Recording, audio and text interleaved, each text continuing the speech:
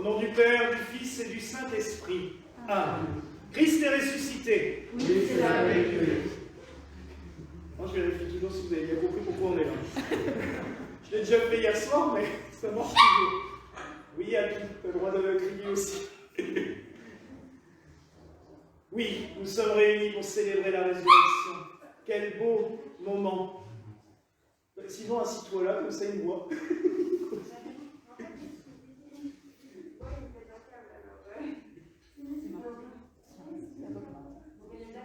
Oui.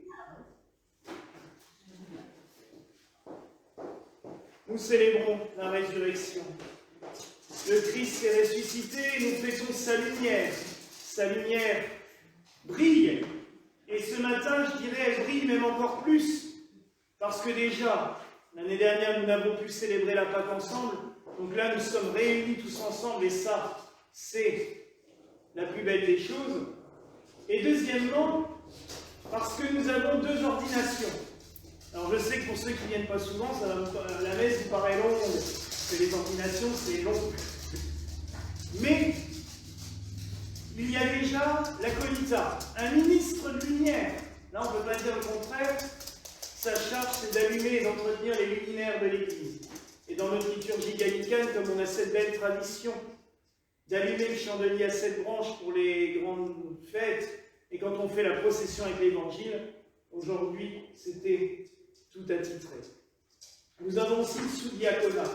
Alors ça, c'est un ministère qui souvent est totalement inconnu pour les gens, parce qu'il n'existe plus dans certaines églises, et pourtant le sous-diacre, il annonce la parole, mais il annonce l'épître. Alors c'est des lectures de Saint Paul, souvent, de Saint Pierre, les lectures apostoliques, les actes des apôtres. À partir de demain, nous lisons les actes des apôtres.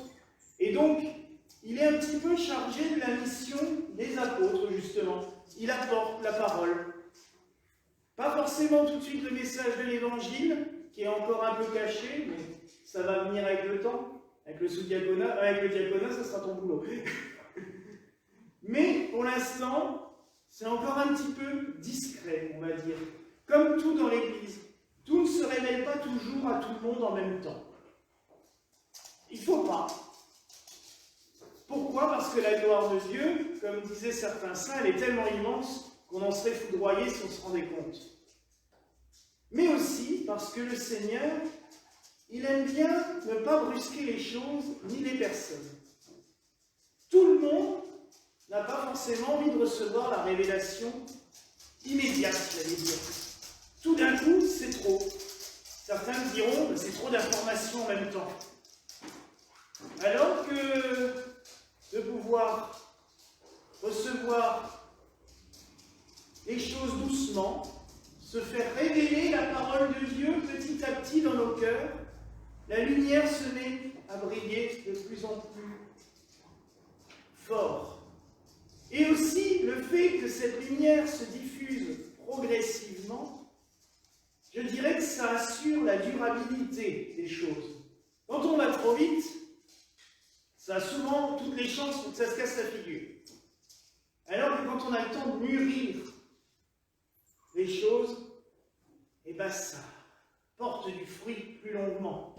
Et on le voit pour nos frères, parce que le cursus dans l'église gallicane, pour être prêtre, c'est quand même 5 ans. Ça peut paraître très bref, mais en même temps, c'est très long. Et en plus, comme l'année dernière, je n'avais pas pu vous en donner un pack, du coup, ils ont encore pris du retard, les pauvres. Mais c'est pas... On a dû tous méditer, disons qu'on a passé un an un petit peu au tombeau aussi. On a dû faire avec, on a dû prendre notre mal en patience. Ce qui est beau aussi, c'est que le frère James nous a allumé le chandelier à 7 branches. Comme les 7 jours de la création. Nous avons lu hier soir le récit de la création. Comme les 7 jours aussi, j'allais dire, de notre recréation, de notre renaissance. Ces 7 jours de Pâques. Dans les anciens textes, on appelait la semaine de Pâques la semaine des 7 dimanches. Alors désolé pour vous, mais vous n'aurez pas congé tous les jours. Hein. Et au contraire, moi, j'aurais plus de boulot que les autres fois, parce que là, il y a une messe solennelle tous les jours. Mais pourquoi? Parce que la fête de Pâques est tellement importante, tellement grande, tellement solennelle, qu'on l'a célébrée 7 jours d'affilée, avec des chants particuliers, ces chants de joie, avec les lectures aussi. Martine a lu la lecture de l'Apocalypse, l'introduction. C'est une vieille coutume gallicane de lire, durant la semaine après Pâques, tous les jours un passage marquant de l'Apocalypse. 7 passages marquants, comme les 7 sceaux de l'Apocalypse, tels que vous les avez sur ma mitre d'ailleurs, mais aussi les 7 dons du Saint-Esprit. Le Seigneur se révèle toujours sous la forme du 7. Et on ne sait pas toujours pourquoi. Mais c'est ce que je vous disais avant, parce que brutalement, si sa lumière se révélait à nous d'un seul coup, on serait peut-être foudroyé. Alors que là, vous savez, quand on met une lumière devant un cristal, il y a 7 rayons qui en sortent. Là, c'est cela. Le Seigneur va se révéler à chacun de nous par un moyen différent, en privilégiant d'abord ce qui va nous parler le plus, puis ce que nous avons besoin à tel ou tel moment. On a un Dieu qui n'est pas brutal avec nous. Il se révèle. Et il nous illumine et nous éclaire tout doucement. Comme cette petite étincelle qui s'est allumée dans la nuit de Pâques et qui fait que toutes les bougies après de l'église s'allument. Toutes les flammes que vous voyez ici, aujourd'hui, viennent de cette petite étincelle qui a allumé le feu de Pâques hier. Parce que nous gardons la même lumière pendant toute la semaine. Et nous n'utilisons que cette lumière-là. Mais c'est aussi ce symbole que la gloire de Dieu se révèle petit à petit à nous. Elle nous illumine, elle nous fait grandir, elle nous fait croître pour que nous soyons Dieu. Oui, je l'ai déjà dit, Bossuet nous l'a dit. Le Christ s'est fait homme pour que l'homme devienne Dieu. Et par l'illumination divine que nous recevons, par cette illumination qui a vaincu la mort, c'est le tropère que nous chantons la nuit de Pâques. Le Christ est ressuscité des morts et par sa mort, il a vaincu la mort. À ceux qui sont dans les tombeaux, il rend la vie. Ce n'est pas forcément les tombeaux physiques, c'est nos tombeaux à nous. Parce qu'on a tous tendance à s'enfermer dans des tombeaux. Hein. On parlait ce matin des problèmes, maladies, dépression et tout. Il faut sortir de cela. Et cette lumière, on en a besoin. Et je suis heureux parce qu'en plus aujourd'hui, le soleil brille. Pour célébrer la résurrection, le soleil brille avec nous. L'astre du matin, comme nous l'avons chanté hier soir dans l'Exultet, que l'astre du matin voit encore ta gloire briller. C'est beau, ces paroles. Pâques, c'est empli de poésie. De la poésie partout. Pour nous faire comprendre tout simplement quoi? Que nous avons un Dieu. Un Dieu qui s'est fait homme, qui est venu comme nous. C'est pas toujours glorieux. Mais, pourquoi? Pour pas que nous restions justement avec nos soucis, avec nos colères, avec nos divisions, avec nos querelles, mais que nous aimions comme lui nous a aimés. Aimer à mourir sur la croix, aimer à vivre pour nous. Parce que s'il est revenu à la vie, c'est pas pour lui. Lui, il a la gloire des cieux, hein, franchement. Mais s'il est ressuscité, c'est tout simplement pour nous montrer à chacun de nous que nous pouvons vivre. Et que nous devons vivre.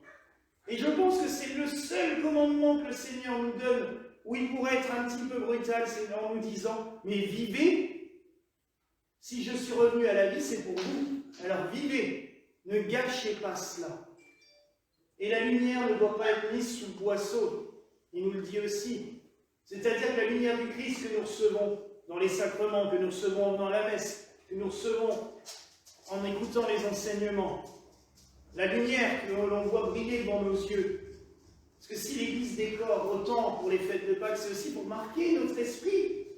Qu'on se dise, et ceux qui étaient là vendredi, qui ont vu la tristesse et la désolation de l'Église, je peux vous dire que hier on était contents. Hein. Il y a Loïc qui m'a aidé à enlever les voiles, moi je décorais l'hôtel. les femmes nous auraient aussi, mais plus on voyait l'église se décorer, plus le moral, il allait mieux. Mais c'est fait exprès pour se dire que là-dedans, à un bon moment, il faut arrêter de rester coincé dans ce qui ne va pas, qu'il y a mieux. Puis c'est le printemps, la nature revit, et nous devons revivre avec. Nous devons ressusciter avec le Christ. Alors oui, mes frères et sœurs, c'est la grâce que je nous souhaite en ce jour de vivre. Vivre. Et en ce moment où on nous empêche bien souvent de vivre, et c'est marrant parce qu'on nous empêche de vivre pour protéger la vie. Voilà, ça devient un peu le serpent qui se mord la queue. Mais bon, c'est comme ça. Mais à ce moment où on peut goûter vraiment la joie de la vie simple, qui n'a pas envie de retourner sur une terrasse boire un café ou un petit verre de vin, ou de bière? Qui n'a pas envie d'aller juste pouvoir se balader où il veut, quand il veut, sans signer un papier? Même pour aller à la messe, vous allez être obligé de signer un papier de nouveau. Parfois, ce coup-ci, on peut y aller. La dernière fois, on n'avait pas le droit. Maintenant, vous avez la petite case même, lieu de culte. Ah, c'est bien. Mais c'est quand même malheureux qu'on soit obligé de demander de s'autoriser soi-même à aller quelque part. Mais, quand même, là, on goûte la saveur de la vie. Toutes ces petites choses qui font qu'on est vivant. Et quand on nous les enlève, on se dit, mince. Ah ouais. Donc on fait ma vie habituelle, elle n'est pas si malheureuse que ça. Parce que quand on n'y a plus droit, on se dit que c'était pas mal. Donc ça a peut-être un avantage. On va se dire qu'on est vivant. Mais alors, si nous sommes vivants, par la grâce du Christ ressuscité, vivons, soyons heureux, exultons de cette joie, exultons de cette lumière, brillons de cette lumière pour tous les autres, communiquons-la autour de nous. Et je ne dis pas d'aller crier dans les rues Christ est ressuscité, j'ai déjà dit, je pense que ça passerait peut-être mal. Pourtant, hein. Ceux qui ont Facebook, vous regarderez la vidéo que j'ai mise hier soir, ce matin. Les jeunes de Jérusalem dansant dans les rues pour annoncer la résurrection. Mais c'est fabuleux. Alors ils chantent n'importe quoi, ça part dans tous les sens, ça c'est faux. Mais ils ont là, avec leurs flambeaux qu'ils ont ramenés du Saint-Sépulcre, et ils chantent, tellement ils sont heureux. Si nous pouvions juste être heureux comme cela de la résurrection du Sauveur, parce que c'est quand même notre vie qui est jouée là-dedans. Quand le Christ sort du tombeau, il nous donne la vie à nous. Alors communiquons-la, vivons, chantons-le, soyons des lumières nous-mêmes. Et comme je l'avais dit au frère James dans l'ordination à la Conita, cette lumière que tu as reçue, porte-la. Cette lumière que vous recevez ce matin, la lumière pascale, portez-la autour de vous, portons-la autour de nous. Et que la grâce du Seigneur soit toujours avec nous. Au nom du Père, du Fils et du Saint-Esprit. Amen.